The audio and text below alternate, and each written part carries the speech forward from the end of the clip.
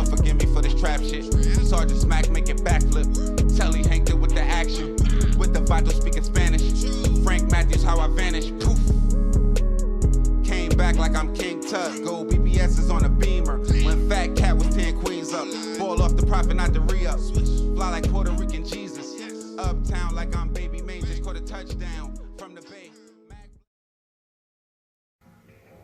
Who is this new so-called Chicago mob? Well, according to police, the primary case in point is a group who in the 1960s was known as the Black Keystone Nation, who in the 1980s is known as El Rukn. According to police, it's a kind of crime syndicate. According to El Rukns, it's an Islamic religion. On Friday night, March the 6th, the generals and street soldiers of the El Rukn organization met at their temple on South Drexel. It was billed as a religious meeting.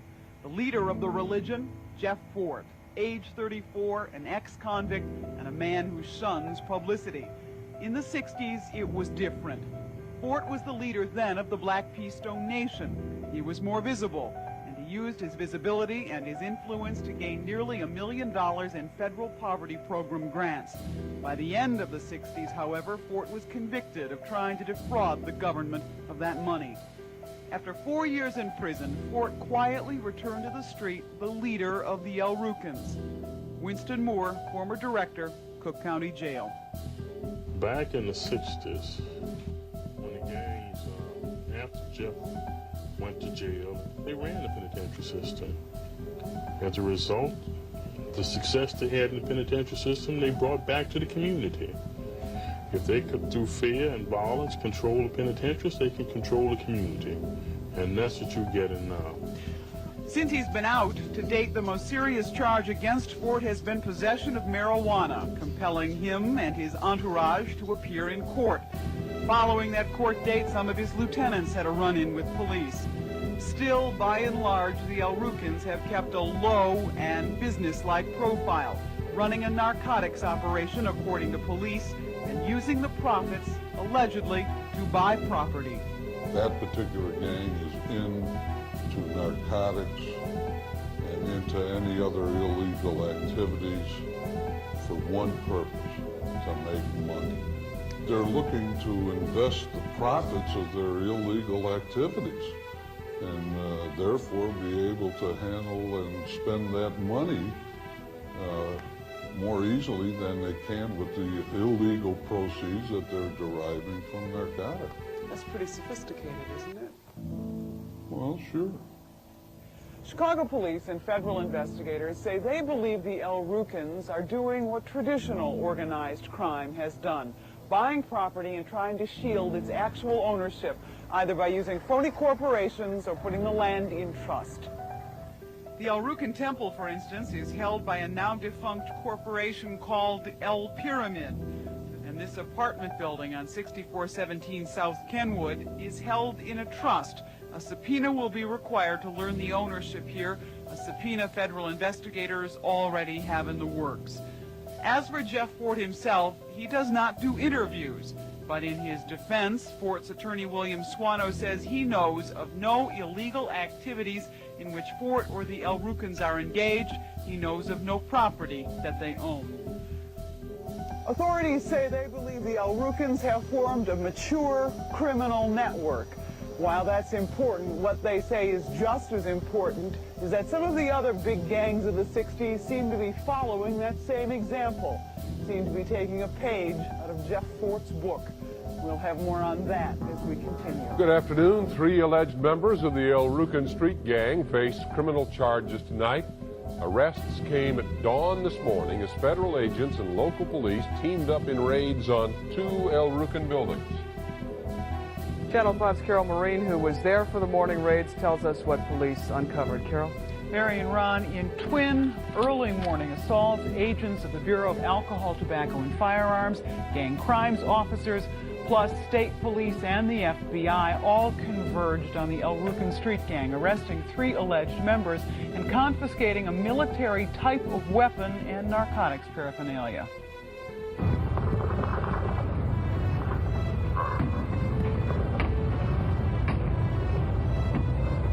Target one, the fort, the El Rukn headquarters for a dozen years at 39th and Drexel.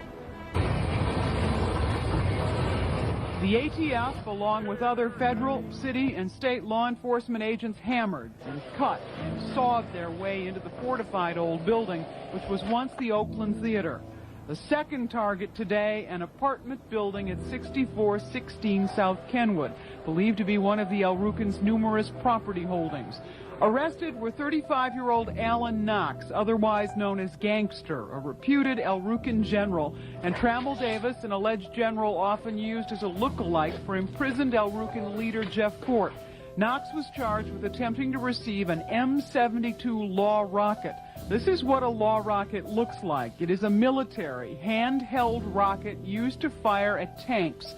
U.S. Attorney Anton Valukas would only give sketchy details about the arrest and the rocket at an afternoon news conference. Knox was arrested in connection with his attempt to receive an interstate shipment, an M72 light anti-tank weapon for purposes of destroying a building. Davis was arrested in connection with a search being conducted at the 6416 South Kenwood address in connection with the same investigation. At the time that these arrests and search were being made, let me make this one statement parenthetically, weapons were recovered in those searches so far. In addition to weapons, which appear to be the main priority today, drug paraphernalia, scales, and records of alleged transactions all were part of the search of El Rukn property. Authorities are remaining closed-mouthed about their third arrest and thus far have not released that person's identity. Their biggest concern, why would a Chicago street gang be in the market for a light anti-tank missile? Tonight at 6, I'll have an exclusive report on what federal authorities theorize the El Rukns are up to. Ron and Mary, it may surprise you.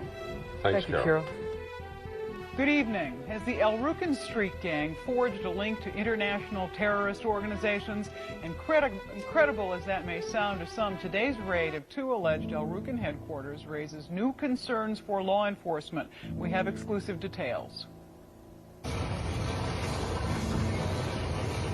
That's because in the process of raiding and ripping apart storage areas at the El Rukn so-called fort here at 39th and Drexel, and at one of their alleged apartment buildings here at 64th and Kenwood, agents of the Bureau of Alcohol, Tobacco, and Firearms, gang crimes officers, and other local, state, and federal authorities not only turned up what appeared to be an anti-tank rocket and launcher similar in construction to this law missile, but authorities, according to highly placed sources, now have information that the El Rukns have been making contacts with radical Muslim groups in the Middle East. Authorities are looking into allegations that those contacts include Libyan leader Muammar Gaddafi. But U.S. Attorney Anton Valukas would have no comment when asked about such reports, and at a press conference today would only read a prepared statement about 2 alleged El Rukns who were arrested today, reported Generals Alan Knox and Trammell Davis. Knox was arrested in connection with his attempt to receive an interstate shipment, an M72 light anti-tank weapon for purposes of destroying a building. Davis was arrested in connection with a search being conducted at the 6416 South Kenwood address in connection with the same investigation. In recent months, the El Rukns have changed the name on the masthead of their headquarters to include Sunni Muslim, arguing they always were and always will be a religious organization, not a gang. The Malik that appears under the name Muslim refers to Jeff Fort, the leader of the gang who authorities say is still running this organization from a Texas federal prison. Libya's Muammar Gaddafi is a Sunni Muslim. According to highly placed sources, the El Rukns have attempted to sell their services to Gaddafi in exchange for financial support. Authorities add that information to other information they've acquired over the years, including the fact that when Jeff Fort several years ago attempted to flee federal custody, federal authorities found he had made plans to try and escape to Pakistan. And exiled El Rukn General Derek Porter a couple of years ago was tracked by federal agents traveling in the Middle East. And law enforcement confirms a relationship between the El Rukns and the Black Hebrews, a group based in Israel now in serious criminal difficulties with U.S. authorities.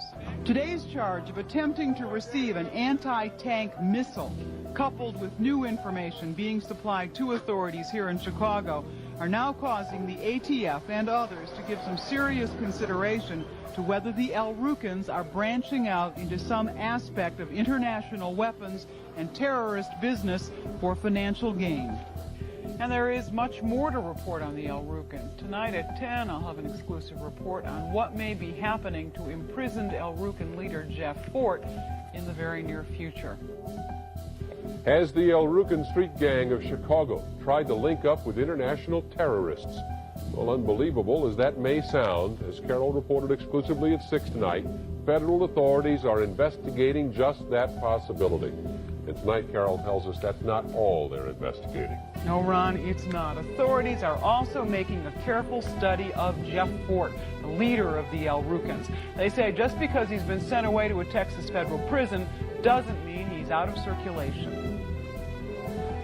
Fort's headquarters and an Rukn apartment building were both raided on the south side today by a variety of law enforcement officials, ATF, the Marshal's Office, gang crimes officers, the FBI. Drug paraphernalia was confiscated from the first location. More surprisingly, a major piece of military hardware, an anti-tank missile and launcher like the one you see here, was taken from the second location.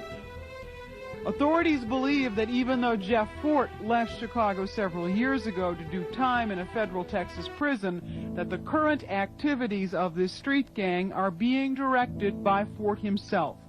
Channel 5 News has learned that investigators are preparing to slap Jeff Fort with new federal racketeering charges.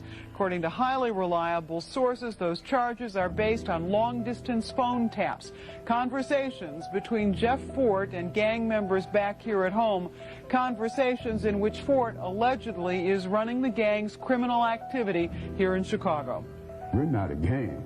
But for years now, the Rukns have steadfastly denied that they are a criminal activity, saying they are simply a Muslim religion. We only are involved with the uplifting and the building of our people in our society, building better neighborhoods and better communities.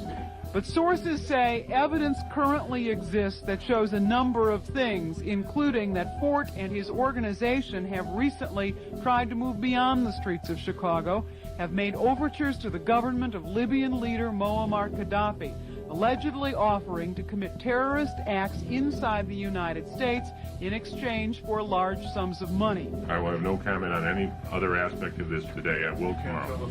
Though the U.S. Attorney's Office won't comment on any of this, those same highly placed sources say the Rukns' interest in acquiring anti-tank military hardware fuels their concern.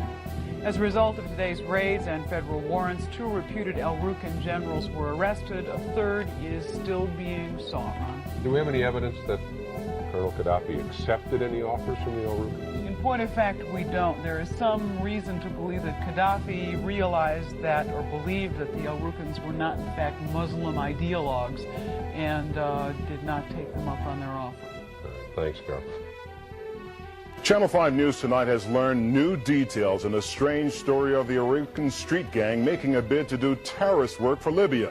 Channel 5's Carol Marine first broke this story last night and now has exclusive details. Tonight we've learned more of the specifics of where the Rukns traveled and what they proposed to do for the Gaddafi government in exchange for cash. When federal, state, and local law enforcement swooped down on 2 Rukn strongholds on the south side yesterday morning, they were acting on information that made this raid different than previous drug and gun busts. In recent months, investigators began to hear things that even they had trouble believing. Information that the Rukns were making a pitch to do work for Colonel Gaddafi of Libya. Channel 5 News has learned that on 2 separate occasions in recent months, representatives of the Rukns did some serious traveling. One trip was from Chicago to Panama, where federal investigators observed a meeting between representatives of the street gang and Libyan operatives of Gaddafi. Another trip was from Chicago to the Libyan mission in New York City. Federal investigators believe the Rukns were proposing to blow up buildings or even a commercial jetliner in the United States for the right amount of money, and that imprisoned gang leader Jeff Fort in a federal penitentiary was directing that effort. The feds reportedly have wiretaps of Fort calling from Texas to a speakerphone at the Rukn headquarters in Chicago, advising gang members assembled there on the relative merits of military anti-tank weapons such as this Law missile. Fort reportedly discussing technical attributes of this kind of weapon, including its pop-up sights. It was the same kind of military anti-tank weapon that investigators recovered in yesterday's raid. There is no evidence that Gaddafi's agents accepted the alleged Rukn proposal. No evidence the gang engaged in terrorist acts. The two alleged Rukn generals face a bond hearing tomorrow afternoon on drug and weapons charges. Yo, we back. It's your boy Pop-A-Lot. Mobb ties. We on our way to Illinois with it. Y'all already know we going to the Shy. South Side. Meet us there. Today we are covering one of the most legendary, influential, and marked people to come out of the city of Chicago and almost the United States worldwide. And we're talking about Jeff Fort, also known as Abdul Malik Kaba. Now, when we talk about marked prisoners and Jeff Fort, the first thought that comes to mind when I think of Jeff Fort, I think political prisoner. And when I say political prisoner, I mean a person that the government wants to see locked up by any means necessary. And Jeff Fort is not the only one, but it's not a lot that I can think of. But to mention a few just off my head, I think Larry Hoover, I think Mutulu Shakur, and I don't think it's a coincidence that a lot of the times the people that we refer to as political prisoners, they wield more power than one man. Now I looked, it's no website where you can go and they say there's no political prisoners in the United States. Now, Jeff Fort was born on February 20th, 1947 in a small town called Aberdeen in Mississippi, where he was the second oldest in a house full of 10 children.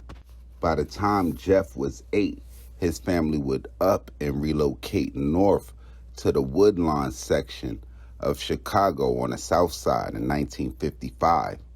He would go on to attend Hyde Park High School, but determined early on that school wasn't his thing, and he would stop going by his freshman year. With school out of the way, that left Jeff with a lot of free time on his hands, and with that came trouble as he would go on to spend time at the Cook County Juvenile Detention Center, as well as the Illinois State Training School for Boys. And it's there where he would meet and form a very close friendship with a guy by the name of Eugene Bull Hairston. Now, him and Hairston will form a group by the name of the Blackstone Rangers in or around 1959 or 1960. Now, Bull Hairston would assume leader of the gang, which left Jeff Fort as second in command. They started out as a small group of youths defending themselves against rival groups in the area of Woodlawn at the time. And it would be from about 1960 to 1965 where Jeff Fort would begin to make a name for himself for his ability to pretty much defuse situations with rival gangs, and also his ability to have rival gangs ally with the Blackstone Rangers. It's widely documented by the mid-1960s, Jeff Fort was able to assemble a coalition of around 21 gangs with about 5,000 members that he would go on to call the Main 21.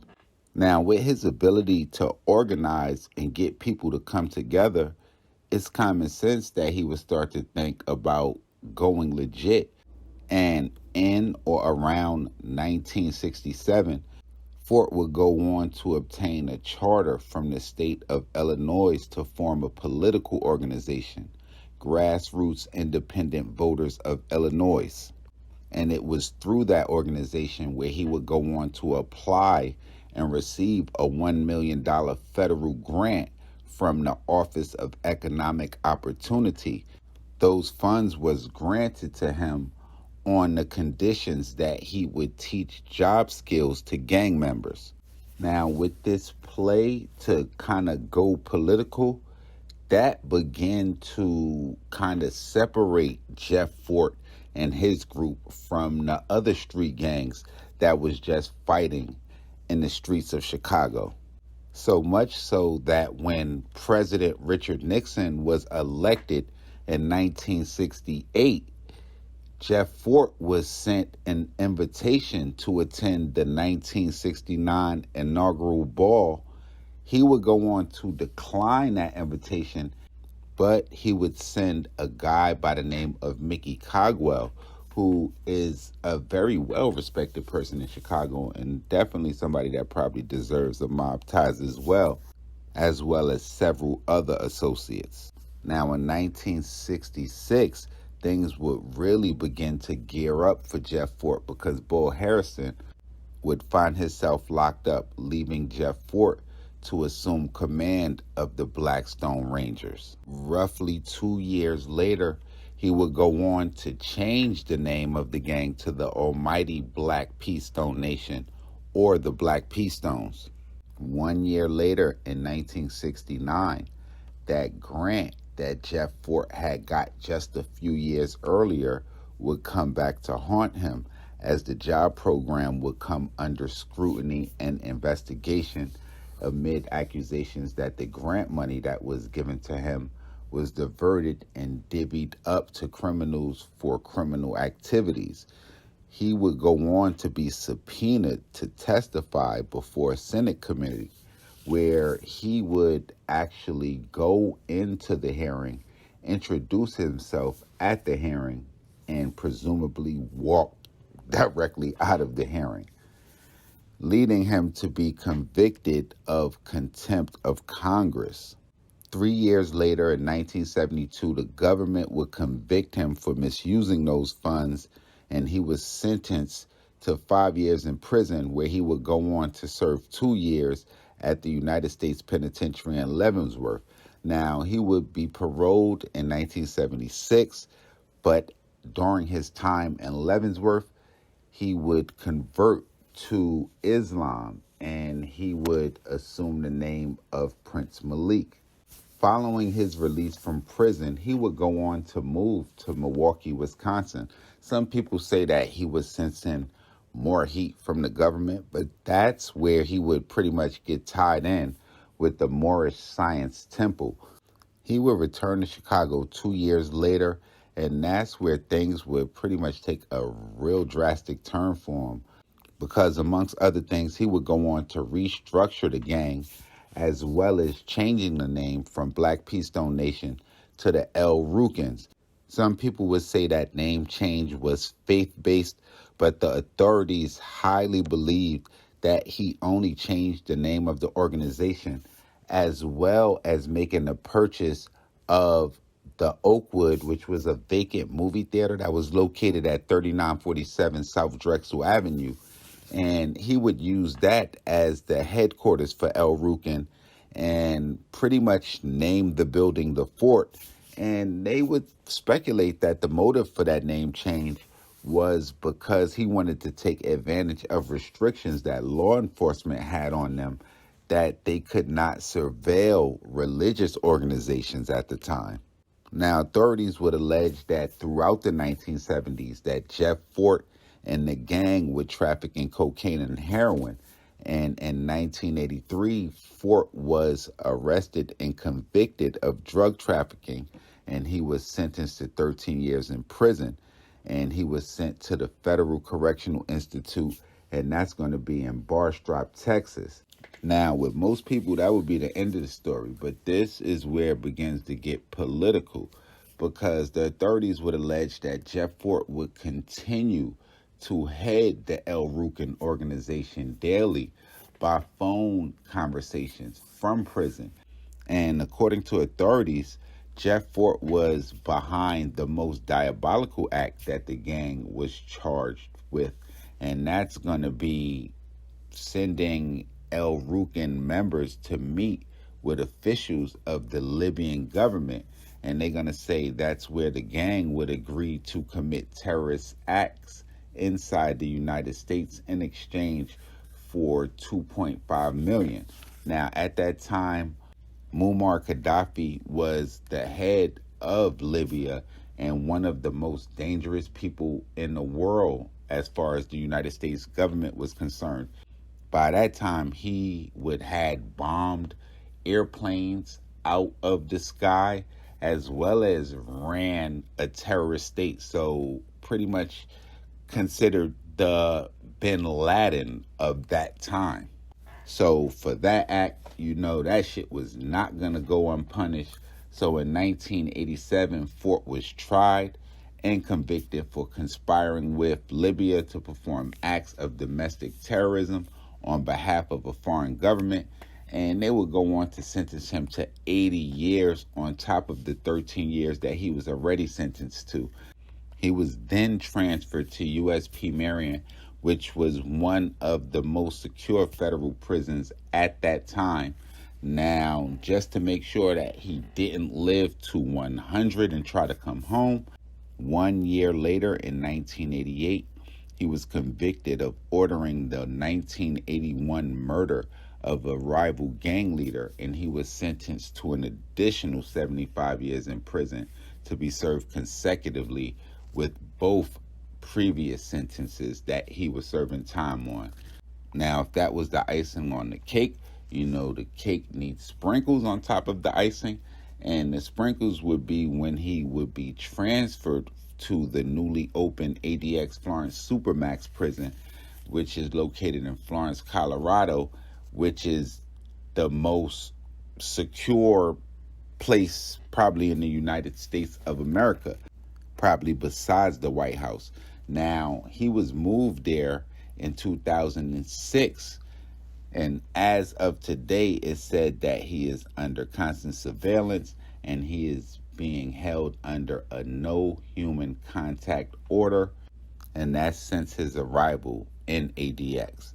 Now, y'all know what it is. Y'all make sure y'all follow me on Instagram, Twitter, POP_A_LOT. We're going to be back with some more real trill spill shit. Y'all get in the comment box, run it up. Y'all let me know where we got to go next, what gangsters we missed, what cities we haven't been to. And y'all get at me however y'all see fit.